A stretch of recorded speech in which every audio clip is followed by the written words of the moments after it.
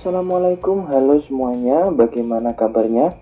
Masihkah beradaptasi dengan situasi pandemi? Atau sudah mulai menikmati keadaan seperti ini? Ya, mau bagaimana lagi ya, situasi pandemi seperti ini kita hanya bisa bersabar, seperti sabarnya Ipin Upin ketika diejek botak sama Fizi. Kali ini saya akan membuat rangkuman alur film berjudul RIPD. Rilis pada tahun 2013, film ini menceritakan tentang kepolisian akhirat. Tenang saja, ini bukan film horor ya, walaupun banyak penampakan orang mati di film ini, tapi saya yakin kalian semua akan terhibur. Sudah mulai penasaran? Oke, langsung saja siapkan cemilan, amankan wifi tetangga, dan selamat menonton.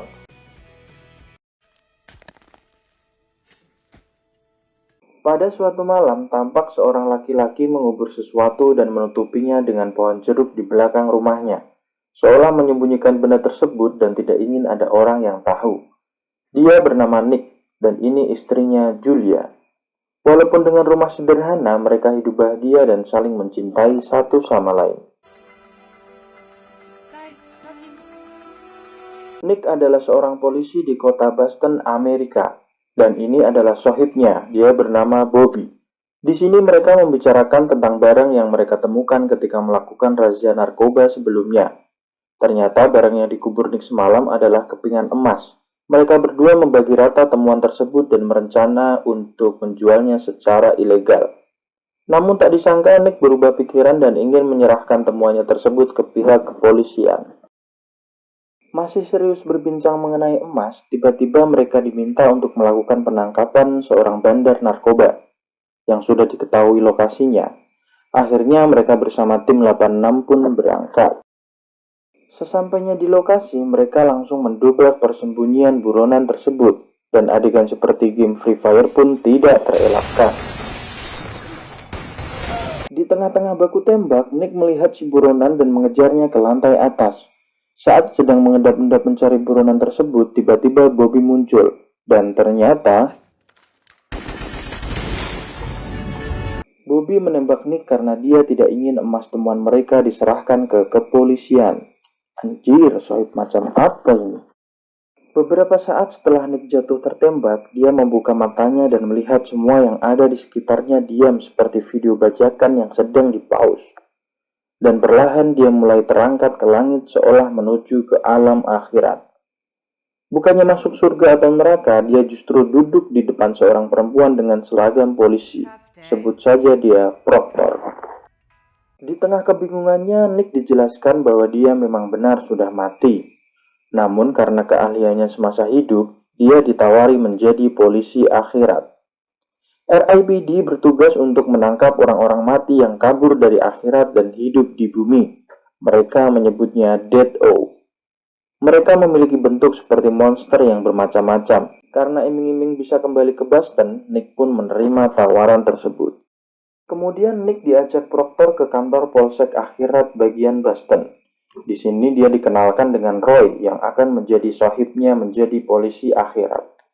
Roy langsung mengajak Nick untuk kembali ke bumi melalui portal rahasia yang berupa toilet. Di bumi, ternyata Nick langsung diajak ke acara pemakamannya. Di situ terlihat Julia yang sedang berduka ditenangkan oleh Bobby. Padahal dia sendiri yang bunuh Nick. Nick sempat mendatangi Julia, namun dia tidak mengenalinya. Kemudian Nick menanyakan hal itu ke Roy. Baru Roy menjelaskan bahwa polisi akhirat ketika di bumi tidak terlihat seperti bentuk aslinya, melainkan diberikan identitas lain. Dalam kasus ini, Nick terlihat sebagai orang tua Cina, dan Roy terlihat seperti wanita cantik dan seksi berambut blondie. Roy kemudian mengajak Nick untuk menangkap Dead-O pertama kalinya.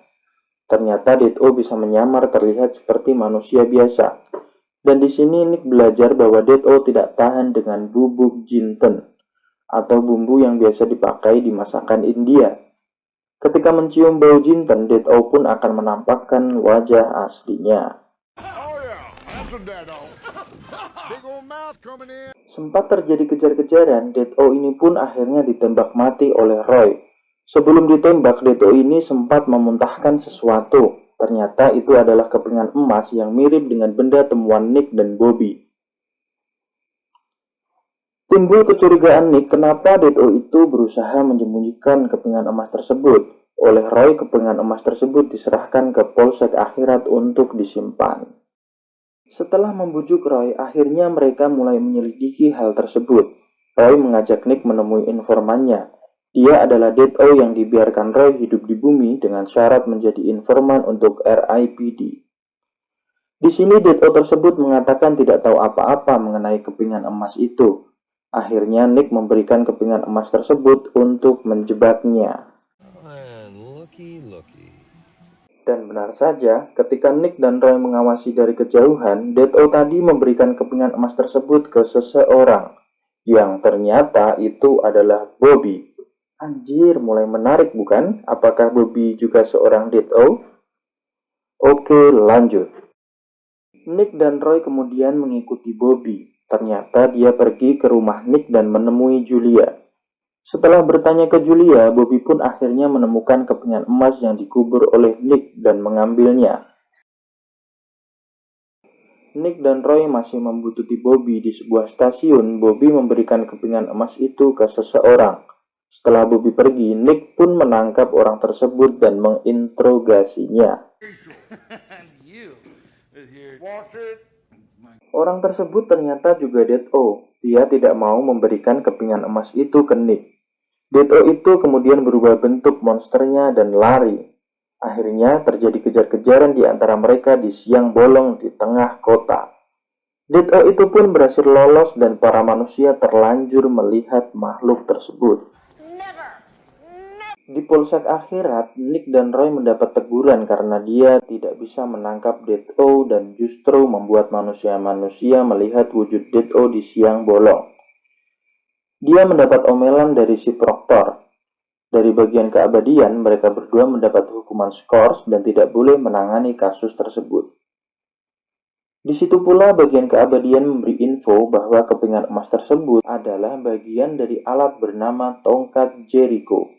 Tongkat itu bisa membuka gerbang akhirat dan membuat para Dead-O jatuh ke bumi. Jadi para Dead-O sedang mengumpulkan bagian-bagian dari alat tersebut dan berencana mengaktifkannya. Setelah itu Nick sempat menemui Julia ketika sedang lari malam. Karena dia merasa tidak akan bisa menemuinya lagi. Julia sempat hampir mengenali Nick dari sentuhannya. Namun karena bentuk Nick bukanlah seperti dia, jadi Julia pun meninggalkannya. Malam itu Nick dan Roy berdiskusi dan akhirnya memutuskan untuk menangkap Bobby dan menggagalkan rencana para Dead-O. Pagi harinya mereka pergi ke rumah Bobby dan berhasil menangkapnya. Dengan membawa kepingan emas yang lain, Nick dan Roy pun membawa Bobby ke Polsek Akhirat untuk ditahan.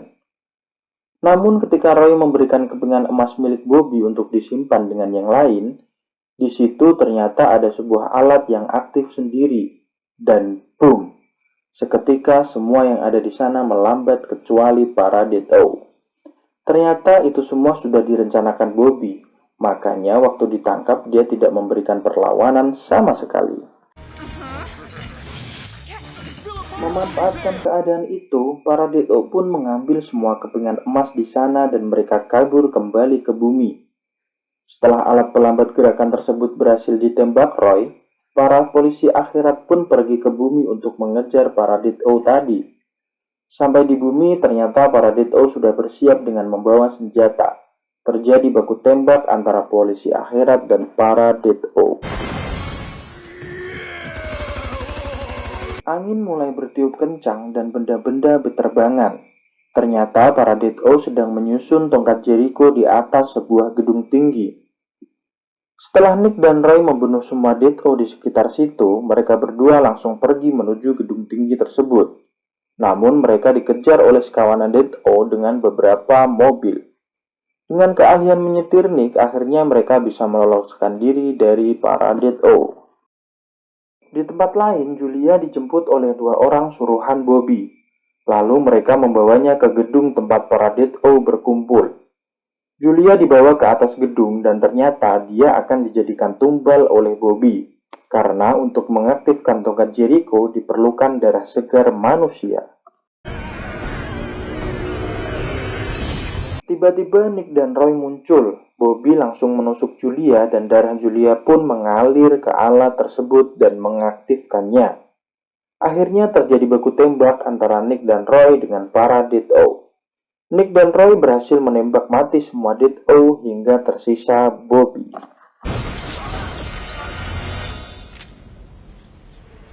Mereka berdua berbagi tugas. Nick berusaha melawan Bobby dan Roy kebagian untuk menghancurkan alat tersebut.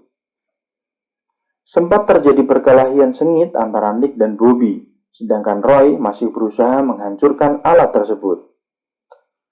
Akhirnya Roy berhasil menghancurkan alat tersebut dengan menjatuhkan truk yang kebetulan tersangkut di atas gedung tersebut. Lubang akhirat yang sempat terbuka pun akhirnya tertutup kembali. Bobby yang sempat lengah akhirnya terkena tembakan Nick dan lenyap untuk selamanya. Nick kemudian menghampiri Julia yang sekarat. Seketika dunia berhenti, sama persis seperti ketika Nick mati. Di sini bisa disimpulkan bahwa Julia juga sudah mati.